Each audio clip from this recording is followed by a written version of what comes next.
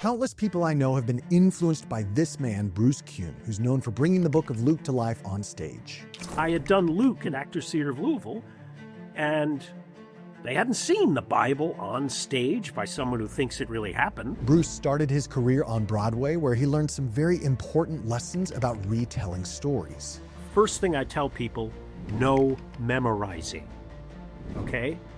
You are not allowed to pound in words because it sounds that way. In this conversation, we talk about why stories stick better than verses, how to move from reciting words to the living word, and some simple drills that anyone can use even if you're not an actor. What was your experience with Broadway? Were you a believer at that time? Was that hard? Yeah. I mean, not Broadway, but just like Broadway theater. At that time, and we're talking the mid-'80s, okay, long time ago, most of your listeners hopefully weren't born yet. I was the only believer. But like once the curtains went up, all of that was kind of put aside, and you guys were able to just do the performance, though. Is that right? Oh yeah. I mean, I made friends. People trusted me because I was generous on stage. I would never try to upstage anyone, take the spotlight for myself. None of that. I treated people with respect. So that transition from being in theater and in the arts to what I assume is more of a ministry role, just a jump right next, or was there something that happened in between there? Oh boy. Yeah, that's another too long story. Musicals are terrific. Love musicals. But 8 shows a week, after about 3 months, gets kind of old. It's a lot. And that's with really good musicals, and I've been in some not so great musicals, and your career kind of, agents. It's much easier for them to go, oh, you're a musical theater actor. Let me look for musical theater jobs, right? So there are categories you deal with. And I was burning out on musicals. And I said to God one day, have you got anything for an actor? I mean, I can't do much else, okay?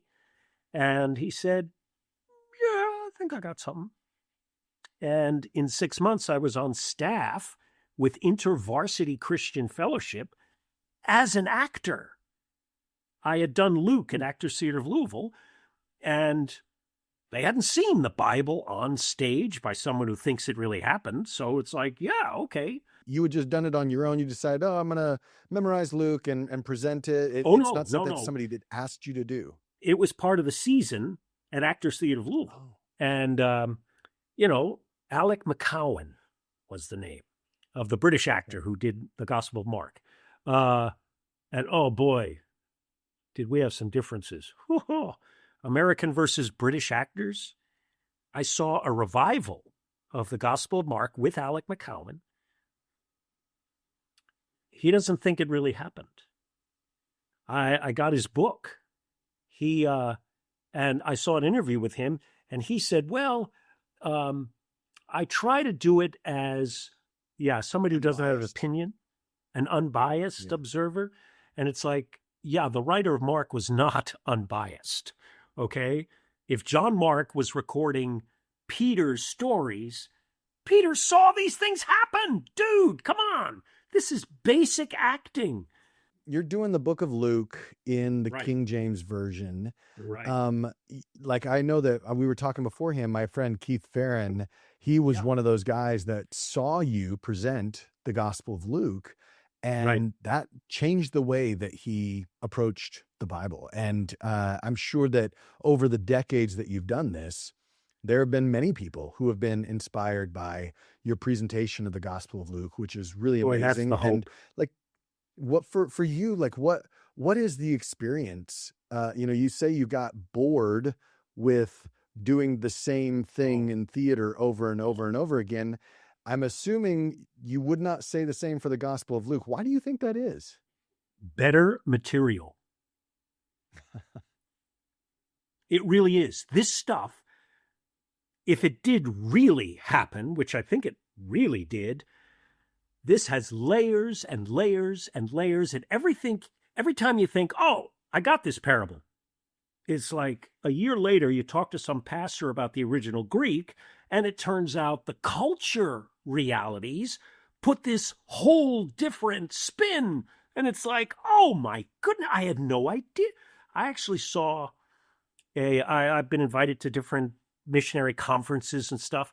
I saw a performance I did in 1996, okay, ages ago, the book of John, stories from John. And I'm sitting there thinking, wow, I didn't know this. I didn't know that. I didn't know this. I didn't know that. Oh my goodness. So watching my own performance and how much it's grown and how much I've learned. And it's like, this is not a musical. Is there one particular example that stands out to you of something that you thought, you were reciting and you understood in the 90s, but maybe you approached the way you present it differently because of your understanding of it? Okay. A go-to story for this question would be my presentation of Pilate. Pilate, I used to have this kind of, okay, whatever you guys want, And then I started reading, no, he's the military governor. He's got almost an entire Roman legion at Caesarea Philippi, right? He doesn't have to kowtow to anyone. These group of priests, I found out later, he gave them their positions. They are not of the priesthood of Aaron, which is why they get so upset when Jesus challenges their authority. It's like, who are you guys? Well, we're, But all of a sudden, Pilate went from, okay, to, look, you guys, I haven't got time for this. Okay, it's only 6 o'clock in the morning. Give me a break. Yeah, take him. Okay, fine. Whatever. Completely different. Another small example, I was doing Jesus on the cross and trying to get an idea of the pain that he must have gone through. And so all I can do is kind of represent it a little. And then this pastor came up to me and said, his last words, unto you, I surrender my spirit. What if he was saying, Dad, I'm coming home?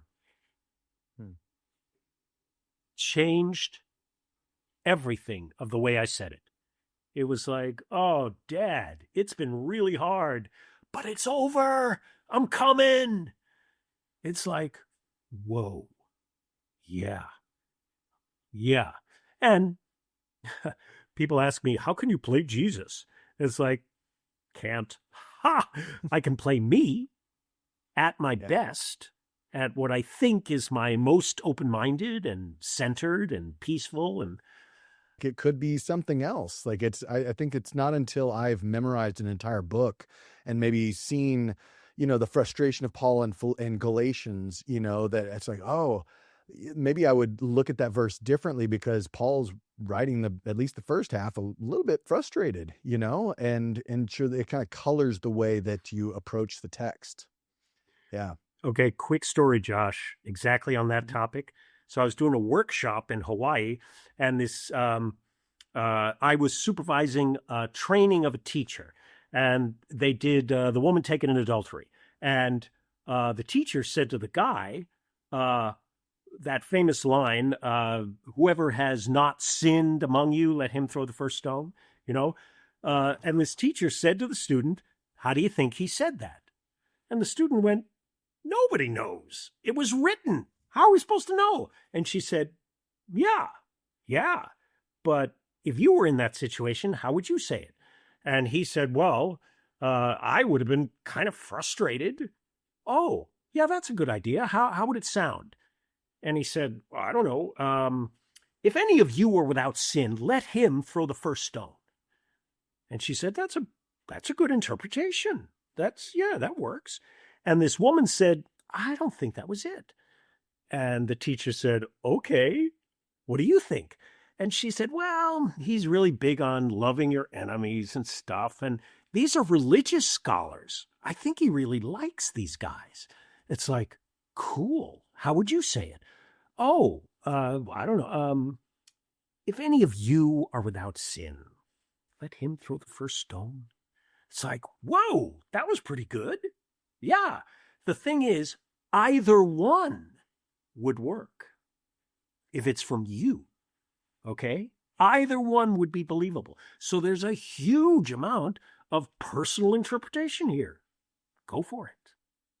So, Bruce, I'd love to transition right now, maybe into a little more practical approach, because I know that you have maybe your actors, the way that you memorize things as an actor.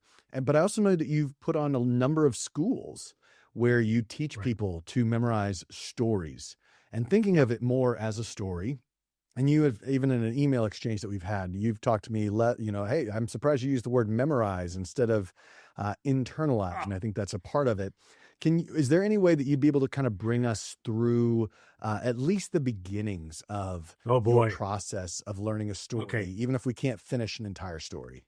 First thing I tell people, no memorizing. Okay? You are not allowed to pound in words because it sounds that way.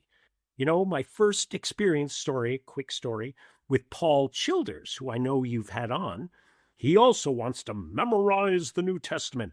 So he came with Mark memorized. But he saw that within 20 minutes, his audience was drifting away. Okay? So he came to me because he thought he just needed more theatricality, right? It was like, nope, I don't believe you. You weren't there. You're just reciting words. And Josh, I don't know if you were ever a non-Christian. I was. I hated it when Christians quoted their scripture to me as if I should think that it's as worthy of attention as they clearly do. Yeah. No, recitation, memorization, we try not to use those words because the idea, hopefully, is Stanislavski's magic if. Okay, what if you were there? What if you saw this happening for real? What was the expression on his face?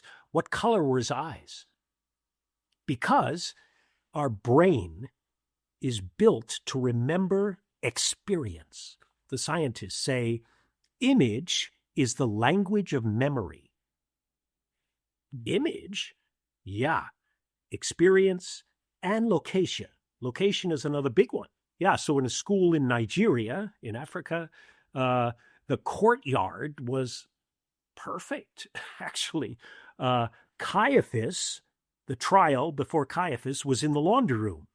And we walked across the courtyard to a corner where Pilate came out and said, wow, what is there? Okay. He took the guy, and some of the former militants took the guy playing Jesus upstairs, and we saw him on the balcony. And don't ever tell a militant to pretend to beat somebody. Okay? It gets real really quick. It's like, take it easy up there. No, we're just play acting. Relax. But location. And after Jesus got beaten up, we took him through the main courtyard. And outside the main courtyard was this big old cross. It was like, whoa. And the guest room was the tomb. So location played a big part. But mostly it's you experience it for real, really. And you'll remember it so much easier than pounding in words. Wow! I mean, students have said to me, this is way too much material. And I said, yeah, you're right. You'll never, ever be able to do this by pounding in words. But you embed an experience, a real experience, because we didn't even start working on the real words until Wednesday of a week. We take all of Monday to saturate people in the experience. What really happened? How did he say that? You get to decide. Was it a frustrating situation? You get to decide. And I ran into a student in Hyderabad, India, okay? And she was a nurse. and she had to memorize whole lists of body parts and medicines. And it worked. I mean, photographic memory, whatever. So she memorized her gospel. And this is week 10. This is the very end of the school. And she was still running through the words because in her school, the faster you regurgitated, the higher the grade. And Paul Childers, I told you, he came with his memorized version. And I was like, yeah, I don't believe you. I mean, you got all the words, and you've been to Bible school and theological seminary and hubba bubba. So the ideas are in the right place. I just don't believe it happened. Okay, tell me a memory of something that really happened to you.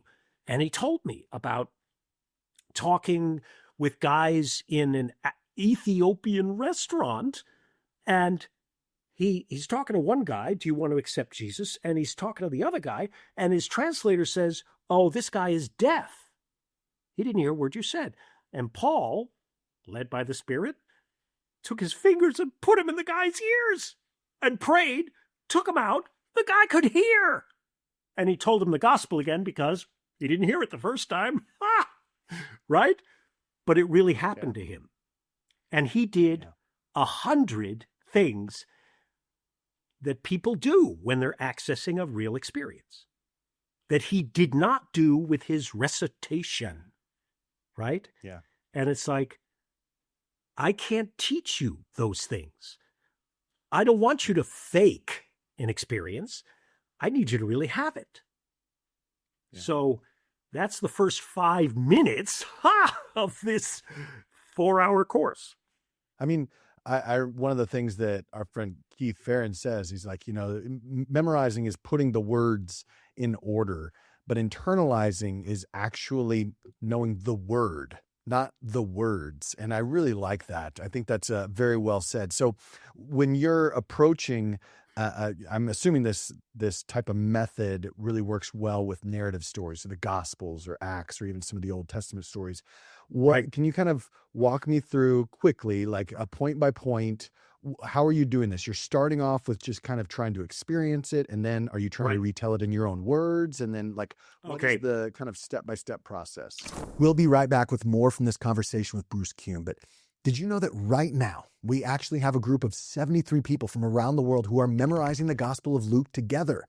We did the same thing with all 150 Psalms last year, and we look forward to sharing the memorized book of Luke during the Easter week this year. This is one of many incredible benefits of being a patron in our online Bible memory community. We encourage each other. We study together. We even listen to each other recite what we've memorized. And if you are looking to take your internalization of God's Word seriously this year, joining our patron program is proven to be the best way to do that. Learn more about all the benefits of joining by going to BibleMemoryGold.com/patron and give it a try yourself.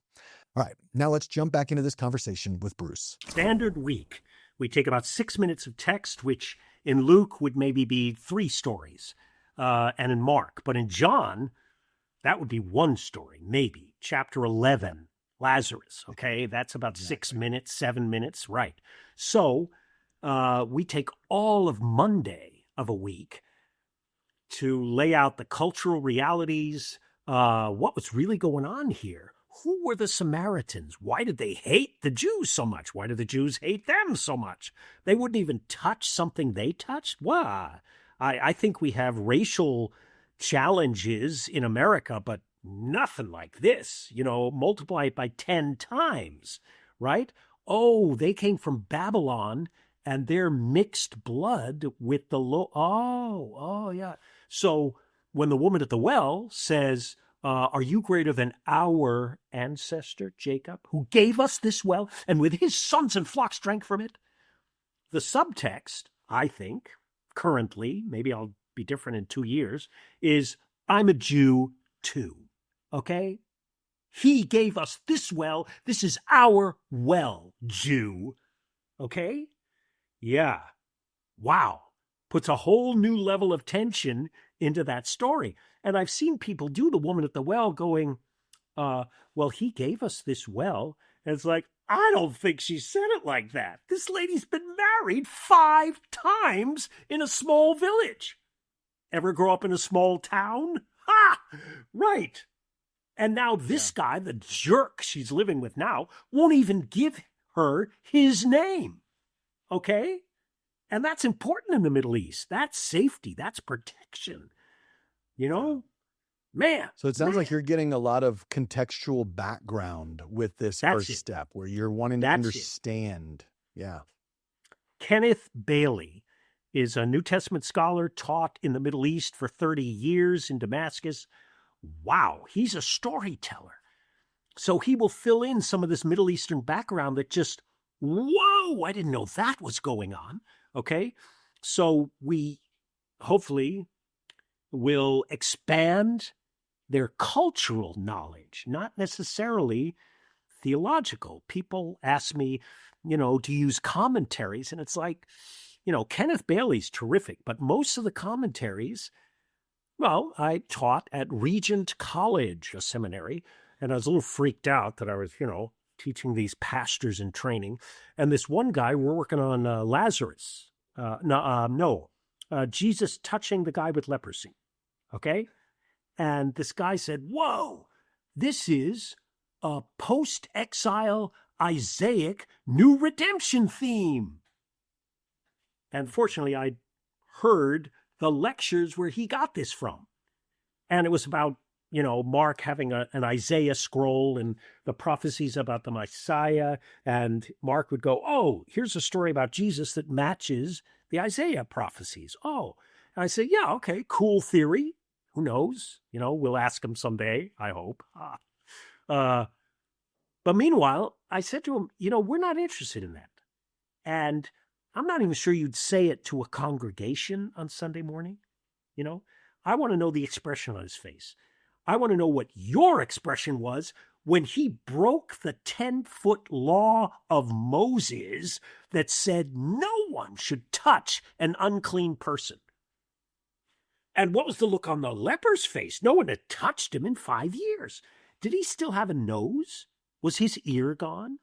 Did Jesus put his hand directly on the bald white spot? What did the healing look like? Did it flow down from his face? Did you watch all this? What was your reaction? Not only when he broke the law of Moses on purpose. What kind of rabbi breaks the law of Moses on purpose?